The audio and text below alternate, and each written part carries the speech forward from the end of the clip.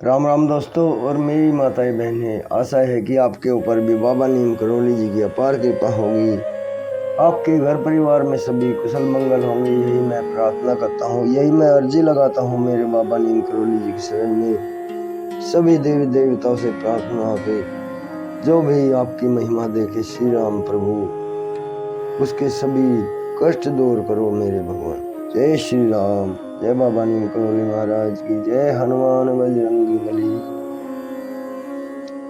दोस्तों और मेरी माताएं बहनें, आज मैं आपको श्रीमद् वाल्मीकि रामायण अरण्य कांड का 51वां सर्ग सुनाऊंगा। जटायु तथा रावण का घोर युद्ध और रावण के द्वारा जटायु का वध। जटायु के ऐसा कहने पर राक्षस राज रावण क्रोध से आंख लाल किए एमर्ष में भरकर उन पक्षीराज की ओर दौड़ा। उस समय उसके कानों में तपाए हुए सोने के कुंडल झलमला रहे थे।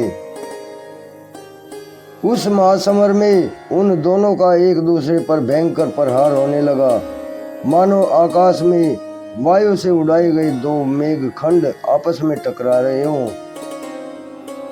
उस समय गिद्ध और राक्षस में वह बड़ा अद्भुत युद्ध होने लगा, मानो दोनों पंखधारी माल्यवान पर्वत एक दूसरे से भिड़ रहे हों। रावण ने महाबली गिद्धराज जटायु पर नालीक, नाराज तथा तीखे अग्रभाग वाले विकर्णी नामक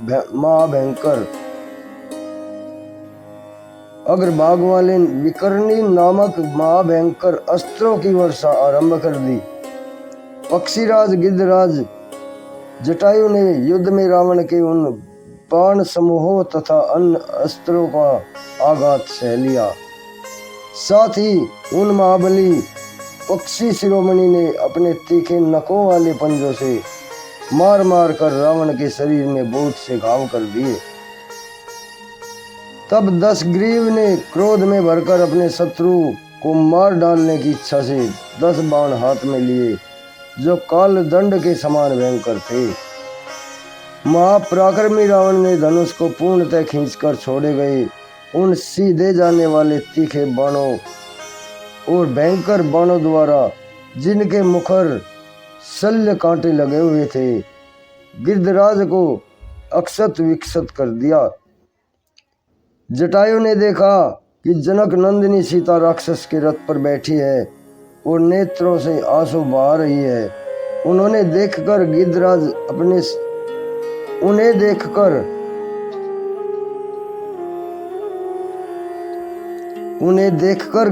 अपने शरीर में लगते हुए उन बाणों की परवाह न करके सहसा उस राक्षस पर टूट पड़े। महातेजस्वी पक्षीराज जटायु ने मोती मणियों से विभूषित बाण सहित रावण के धनुष को अपने दोनों पैरों से मारकर तोड़ दिया। फिर तो रावण क्रोध से भर गया और दूसरा धनुष हाथों में लेकर उसने सैकड़ों हजारों बाणों की झड़ी लगा दी। उस समय उस युद्ध स्थल में गिद्धराज के चारों ओर बाणों का जाल सा तन गया। वे उस समय घोंसले में बैठे हुए पक्षी के समान प्रतीत होने लगे। तब महातेजस्वी जटायु ने अपने दोनों पंखों से ही उन बाणों को उड़ा दिया और पंजों की मार से पुनः उसके धनुष के टुकड़े टुकड़े कर डाले। रावण का कवच अग्नि के समान प्रज्वलित हो रहा था। महातेजस्वी पक्षीराज ने उसे भी पंखों से ही मारकर छिन्न भिन्न कर दिया। तत्पश्चात उन बलवान वीर ने समरंगण में पिशाच के मुख वाले उन वेगशाली गधों को भी, जिनकी छाती पर सोने के कवच बंधे हुए थे, वे मार डाला। तदनंतर अग्नि की भांति दीप्तिमान मणि में सोपान से विचित्र अंगों वाले तथा इच्छानुसार चलने वाले उसके त्रिवेणु संपन्न विशाल रथ को भी तोड़ फोड़ डाला। इसके बाद पूर्ण चंद्रमा की भांति सुशोभित छत्र और चमर को लेकर उन्हें धारण करने वाले राक्षसों के साथ ही वेग पूर्वक मार डाला। फिर भी उन महातेजस्वी पक्षीराज उन मातेजस्वी पक्षीराज ने बड़े वेग से चोंच मारकर रावण के सारथी का विशाल मस्तक भी धड़ से अलग कर दिया। इस प्रकार जब धनुष टूटा, रथ चौपट हुआ, घोड़े मारे गए और सारथी भी काल के गाल में चला गया, तब रावण सीता को गोद में लिए पृथ्वी पर गिर पड़ा। रथ टूट जाने से रावण को धरती पर पड़ा देख सब प्राणी साधु साधु कहकर गिद्धराज की प्रशंसा करने लगे। वृद्धावस्था के कारण पक्षीराज को थका हुआ देखकर रावण को बड़ा हर्ष हुआ और वह मैथिली को लिए हुए फिर आकाश में उड़ चला। जनक किशोरी को गोद में लिए जब रावण प्रसन्नता पूर्वक जाने लगा, उस समय उसके अन्य सब साधन नष्ट हो गए थे, किंतु एक तलवार उसके पास शेष थी। उसे जाते देख मातेजस्वी गिद्धराज जटायु उड़कर रावण की ओर दौड़े और उसे रोककर इस प्रकार बोले, मंदबुद्धि रावण, जिनके बाणों का स्पर्श वज्र के समान है, उन श्री राम की इन धर्म पत्नी सीता को तुम अवश्य राक्षसों के वध के लिए ही ले जा रहे हो। जैसे प्यासा मनुष्य जल पी रहा हो, उसी प्रकार तुम मित्र बंधु मंत्री तथा सेना परिवार सहित विषपान कर रहे हो। अपने कर्मों का परिणाम ना जानने वाले अज्ञानी जन जैसे शीघ्र ही नष्ट हो जाते हैं, उसी प्रकार तुम भी विनाश की गर्त में गिरोगे। तुम कालपस में बंध गए हो, कहाँ जाकर उससे छुटकारा पाओगे। जैसे जल में उत्पन्न होने वाला मत्स्य मांस युक्त बंसी को अपने वध के लिए ही निगल जाता है, उसी प्रकार तुम भी अपनी मौत के लिए सीता का अपहरण करते हो। रावण, श्री राम और लक्ष्मण दोनों भाई दुर्धर्ष वीर हैं। वे तुम्हारे द्वारा अपने आश्रम पर किए गए इस अपमानजनक अपराध को कभी अक्षमा नहीं करेंगे। तुम कायर और डरपोक हो।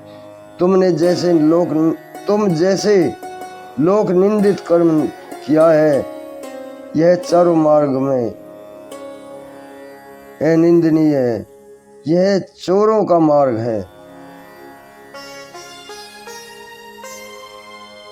तुम कायर और डरपोक हो। तुमने जो जैसा लोक निंदित कर्म किया है, यह चोरों का मार्ग है। वीर पुरुष ऐसे मार्ग का आश्रय नहीं लेते।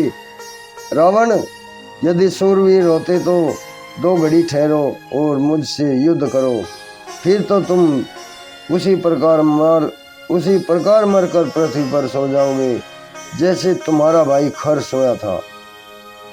विनाश के समय पुरुष जैसा कर्म करता है, तुमने भी अपने विनाश के लिए वैसे ही अधर्मपूर्ण कर्म को अपनाया है। जिस कर्म को करने से कर्ता का पाप के फल से संबंध होता है, उस कर्म को करने से कौन पुरुष निश्चित रूप से कर सकता है। लोकपाल इंद्र तथा भगवान शंभु भी वैसा कर्म नहीं कर सकते। इस प्रकार उत्तम वचन कहकर महापराक्रमी जटायु उस राक्षस दशग्रीव की पीठ पर बड़े वेग से जा बैठे और उसे पकड़कर अपने तीखे नखों द्वारा चारों ओर से चीरने लगे, मानो कोई हाथीवान किसी दुष्ट हाथी के ऊपर सवार होकर उसे अंकुश से छेद रहा हो। नख, पांव और चोंच यही जटायु के हथियार थे। वे नखों से खरोचते थे, पीठ पर चोंच मारते तथा बाल पकड़कर उखाड़ लेते थे। इस प्रकार जब गिद्धराज ने बारंबार क्लेश पहुंचाया, तब राक्षस रावण कांप उठा। क्रोध के मारे उसके होठ फड़कने लगे। उस समय क्रोध के भरे हुए रावण ने विदेह नंदिनी सीता को बाईं गोद में करके अत्यंत पीड़ित होकर जटायु पर तमाचे का प्रहार किया, परंतु उस वार को बचाकर शत्रु दमन गिद्धराज जटायु ने अपनी चोंच से मार कर रावण की 10 बाईं भुजाओं को उखाड़ डाला। उन बाहों के कट जाने पर बोम्बी से प्रकट होने वाले विष की ज्वाला मालाओं से युक्त सर्पों की भांति तुरंत ही दूसरी नई बुझाई सहसा उत्पन्न हो गई। तब पराक्रमी दशानंद ने सीता को तो छोड़ दिया और गिद्धराज को क्रोध पूर्वक मुक्कों और लातों से मारने आरंभ कर दिया। उस समय उन दोनों अनुपम पराक्रमी वीर राक्षस राज रावण और पक्षीराज जटायु में 2 घड़ी घोर संग्राम होता रहा। तदनंतर रावण ने तलवार निकाली और श्री रामचंद्र जी के लिए पराक्रम करने वाले जटायु के दोनों पंख और पैर तथा पार्श्व भाग काट डाले। भयंकर कर्म करने वाले उस राक्षस के द्वारा सहसा पंख काट लिए जाने पर महागिद्धराज जटायु पृथ्वी पर गिर पड़े। अब वे थोड़ी ही देर के मेहमान थे। अपने बांधव के समान जटायु को खून से लथपथ होकर पृथ्वी पर पड़ा देख सीता दुख से व्याकुल होकर उनकी ओर दौड़ी। जटायु के शरीर की कांति नीले मेघ के समान काली थी। उनकी छाती का रंग श्वेत था। वे बड़े पराक्रमी थे, तो भी उस समय बुझे हुए दावानल के समान पृथ्वी पर पड़ गए। लंकापति रावण ने उन्हें इस अवस्था में देखा। तदनंतर रावण के वेग से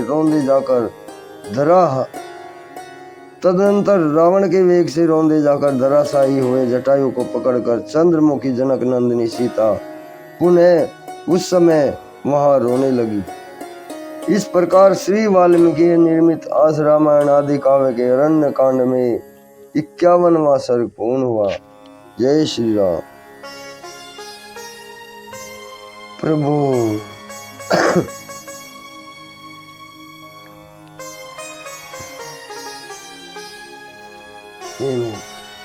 दोस्तों और मेरी माताएं बहनें, ये 51वां सर्ग आज पूर्ण हुआ है। कल मैं आपको 52वां सर्ग सुनाऊंगा, रावण द्वारा सीता का अपहरण। इसके बाद जटायु को मारने के बाद रावण सीता माता को अपहरण करके ले जाता है। अभी आज्ञा लेता हूँ, चैनल को सब्सक्राइब कर ले और आगे भी शेयर करें। जय श्री राम।